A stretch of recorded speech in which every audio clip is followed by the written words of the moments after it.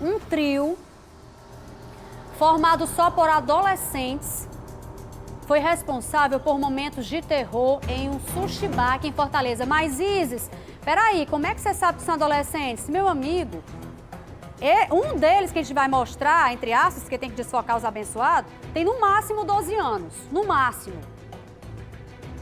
Vamos ter que mostrar as imagens todas desfocadas, porque nitidamente são menores. Eu acho que o mais velho tem no máximo 14 anos ali, viu, Paulo? Não boto nem 15 não, 14. Coloca aqui, Adriana, na tela. Primeiro cidadão é abordado aqui na calçada. Ó, o cara já tá com a arma ali, ó. Deita no chão, mão na cabeça. A humilhação já começa daí. Aqui é a vendedora atrás do balcão. Esse de azul aqui, óbvio, é ele que comanda tudo. Esse aí, se tiver 12, tem muito. Se esse menino de azul tiver 12, tem muito. Eu vou chamar o Ricardo para conversar comigo, para fazer um bate-volta aqui dessas imagens, porque, Ricardo, é revoltante e ao mesmo tempo triste saber que uma criança já está conduzindo, comandando um assalto e agindo com muita violência. Tá contigo. Isis, enquanto você falava aí, eu estava aqui pensando nessa situação toda, que eu vi também as imagens, vi que esses meninos estão relativamente bem vestidos, ou seja, tem pai e tem mãe. E onde é que estão o pai, onde é que estão os pais, as mães desses meninos? Porque o horário aí já era quase meia-noite, o local já estava quase fechando, já não havia mais clientes no local, apenas os funcionários que estavam se preparando para encerrar as atividades. E essas crianças aí do mal, né, que estavam aí cometendo esses crimes, a mão armada, com violência, com xingamentos, a mulher do caixa foi xingada por esse aí que aparece com a arma na mão, enquanto que o outro vai direto para a gaveta e também xinga essa mulher. Aí eu fico imaginando, será que os pais estão agora assistindo ao Cidade Alerta, estão vendo o que os filhos estão promovendo no meio da rua, o prejuízo que estão causando, no que estão se envolvendo e o que estão fazendo, né?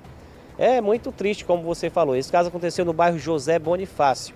Eles obrigaram a praticamente todas as pessoas que estavam no local deitar no chão. Só é possível ver pela imagem que é instalada dentro, já para tentar intimidar, rechaçar essas ações criminosas. Ela mostra um dos funcionários deitando no chão. A mulher não foi obrigada a deitar porque eles sabiam que ela não reagiria, mas apesar de não reagir, ela teve que pegar todo o dinheiro que havia no caixa do apurado da noite, né, já que eles já estavam encerrando, e entregar aos criminosos que agem com tanta naturalidade, parecem profissionais. Vão até a uma prateleira lá, não sei se é um armário, uma geladeira, ainda pegam alguns produtos e saem do local com muita tranquilidade. Só na hora da fuga é que eles esboçam aqui uma reação de fugir correndo, muito provavelmente se assustaram com algum veículo. Então, se não fosse isso, talvez eles estivessem lá até agora ainda, fazendo essas pessoas de refém, oprimindo esse povo todo.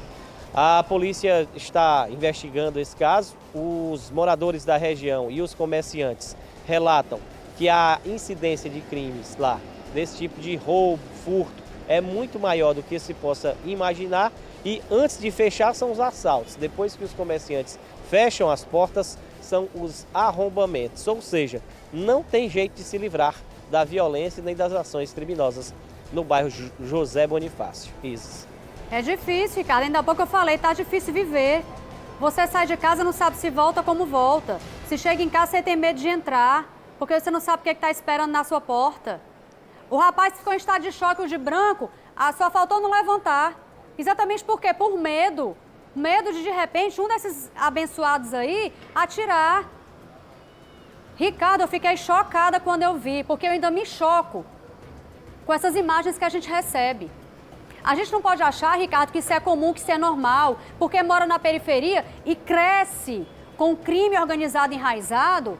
Esses meninos vão ter que ter o mesmo futuro. Não, tá errado. Tem que haver política pública atuante de verdade. Tem que haver resgate para esses meninos. Porque esse garoto aí tem 12 no máximo. Quando esse menino tiver 18 anos, Ricardo, se ele conseguir chegar aos 18 anos, ele vai estar doutorado no crime. E são meninos que são recrutados cada vez mais cedo, são treinados. Isso é preocupante. Cadê as autoridades que não veem isso? Que nada é feito? Existem políticas públicas, mas não funcionam, caramba! Não funcionam. E aí, Ricardo, a mãe e o pai de um menino desse vai ter que enterrar o filho cada vez mais cedo? Porque essa é a lei natural da vida que ele escolhe. Mas um menino desse tem discernimento, Ricardo? Um menino de 12 anos não, isso já entende. O meio social é muito complicado. Como, Ricardo, resgatar esses meninos da entranha do crime organizado?